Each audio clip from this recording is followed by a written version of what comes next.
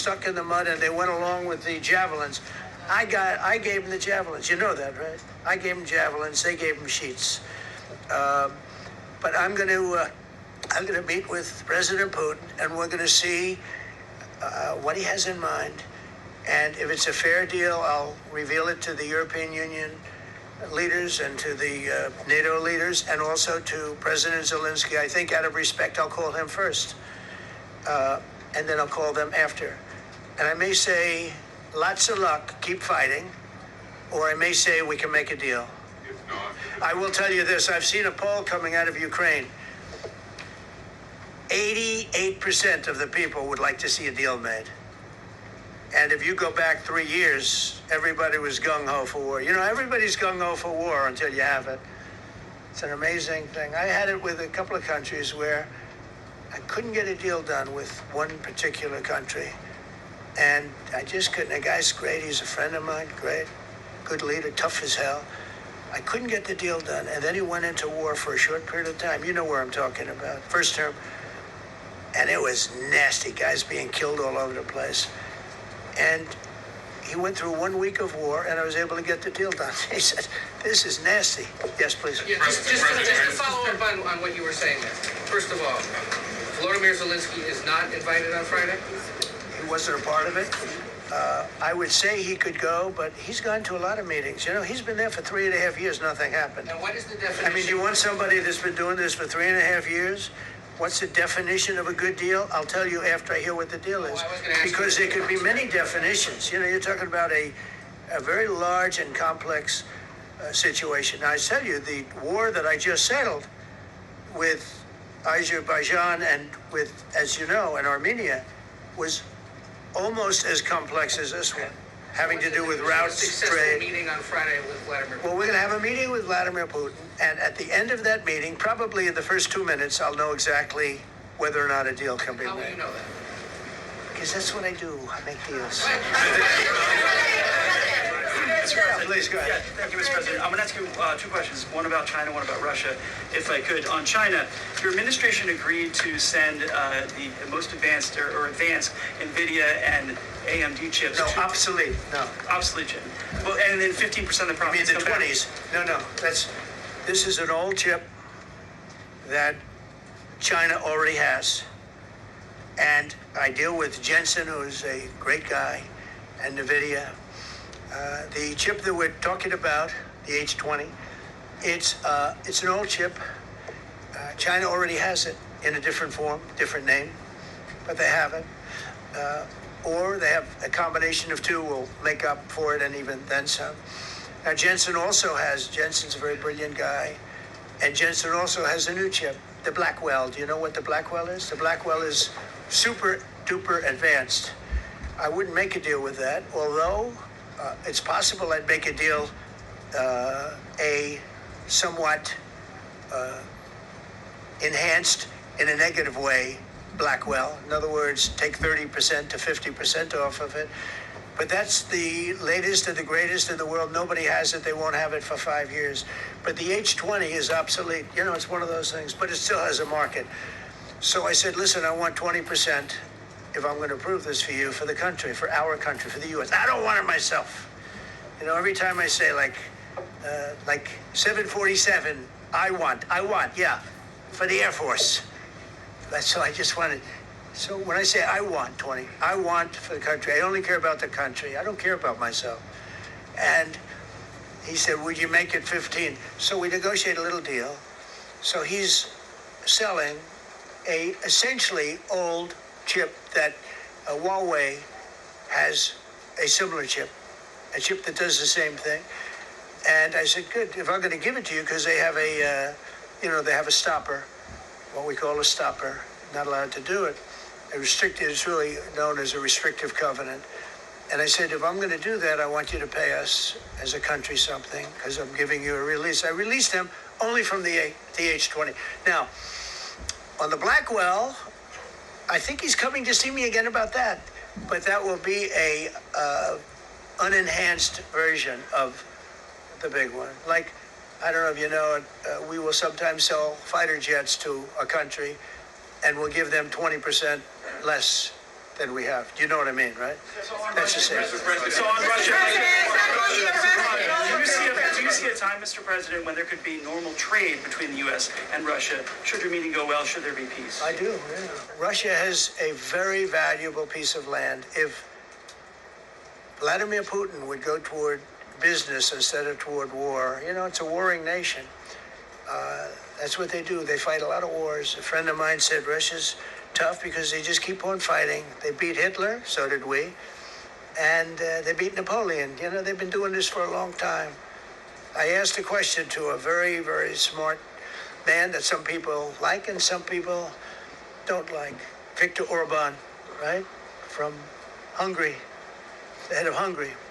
And he's in that same area and knows the two countries very well. I said, this was before Biden didn't do anything to get us out of it. He could have gotten us out of that. It would have never happened.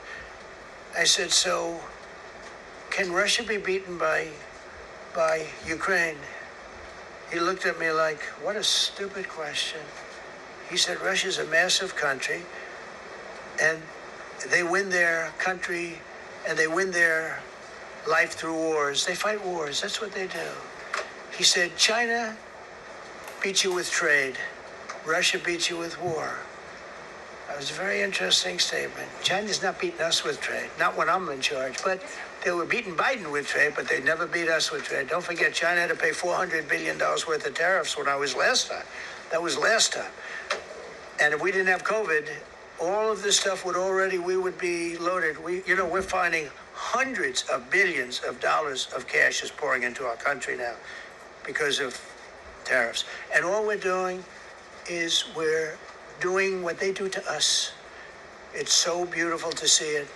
They found last month, as you saw, $25 billion of excess cash flow. They're saying, where did it come from? I said, I'll tell you where it came from. It came from a place called tariffs, and we're doing very well. We're really doing well. But I expect to have a meeting with Putin that I think it'll be good, but it might be bad. And I'm here for one reason, to get rid of a war that somebody else started. Should have never happened. And if I could end it, great. Complex war, a lot of bad blood, But Zelensky's been there for 3.5 years. So if you put him in a room, now I will say this, ultimately I'm going to put the two of them in a room. I'll be there or won't be there. And I think it'll get solved. Yeah, please do. Thank you, Mr. President. Excuse me, I'm going to suggest, because do you have any other questions on DC? Because I don't want them to be, wait. These are incredible people. I don't want them to be standing up here on subjects. Does anybody have a question of them? And then you guys can leave. Okay, a question, Brian, go ahead. Thank you, Mr. President. All right. And by the way, this is only on DC, and then they're going to leave because it's unfair to have them stand up here all day long. I agree. Brian. I've got two questions for you. First, about DC. This is personal for me as well. Last year, I was robbed on the streets by one of these teenage thugs. Had a gun, got away with it. Let's talk about the effort that between law enforcement, prosecutors, and judges, because it's a recycling belt. Like, these kids go, they don't fear the police. They know it. If you talk about how we've got to get these judges and put these kids behind bars, right. Adult crimes deserve adult penalties. And my second question, I'll have you answer that, please. You want me to answer Or it? whoever wants to. Okay, it's real. Do you want me to answer it? Here's the problem. Assuming that they're 17 years, older than 17 years old, I can get the case. If they're under 18 years of age, I can only get the case if it's murder, rob one, rape, even if they shoot a gun but don't kill you, I can't get it. So the law has to be changed. As the president said, cashless bail. That has to be changed.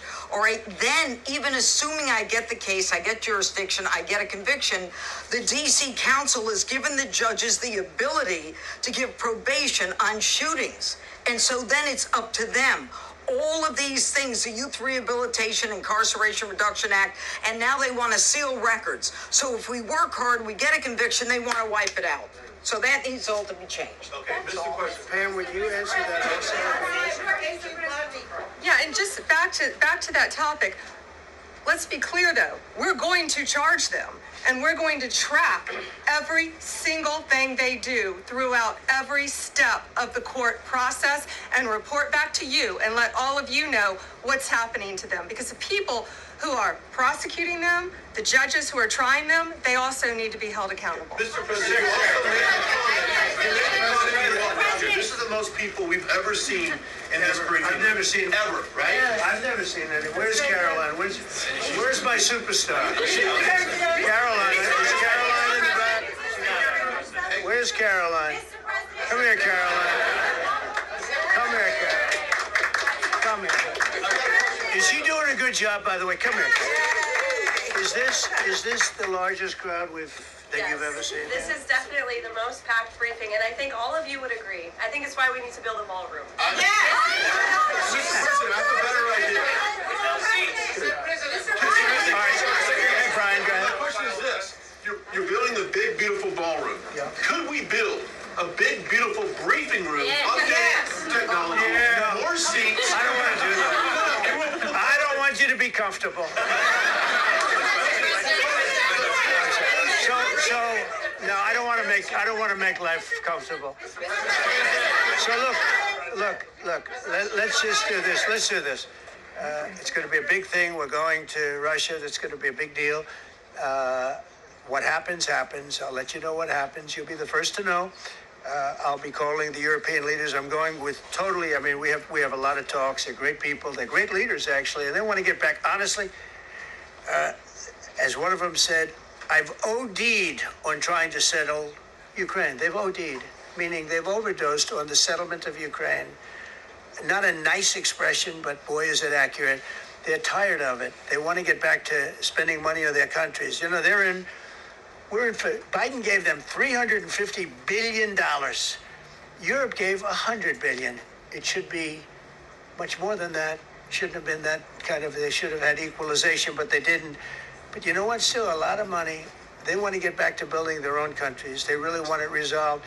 My relationship with the European leaders, as you saw, is extremely good. It's perfect. It's beautiful. Wait. And we're going to try. I'll be in touch with them. I have 5 of them call me. You think it's easy? There are a lot of European leaders, but they rely on me. Very much rely on me. If it wasn't for me, this thing would never get solved until the last person breathing is dead. Did you talk to them before? I'm talking to them right now. So I'm talking to the European leaders. I'll be talking to President Zelensky. I'm going to get everybody's ideas. I go into that thing fully loaded right up there, and we're going to see what happens. Now, I think one of two things is going to happen. It's going to be a good meeting, and we'll go a step further. We'll get it done. I'd like to see a ceasefire very, very quickly. Very quick. I'd like to see it immediately, but I'd like to see it very quickly. And we're going to be dealing with the European leaders, and we're going to be dealing with President Zelensky, and hopefully we're going to have a great success. As far as what we did today, and I think you were here for D.C. more so than even Russia, because Russia will be, we have a couple of days to go, but the Russia is going to be very interesting. But to me, what is very exciting, and we're going to take back our capital.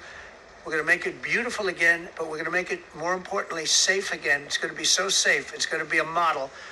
And then we'll look at other cities also. But other cities are studying what we're doing. And you have some capable people in other cities. They can do it too. But we have a great group of professionals. We're going to have a safe, beautiful capital, and it's going to happen very quickly. Thank you all.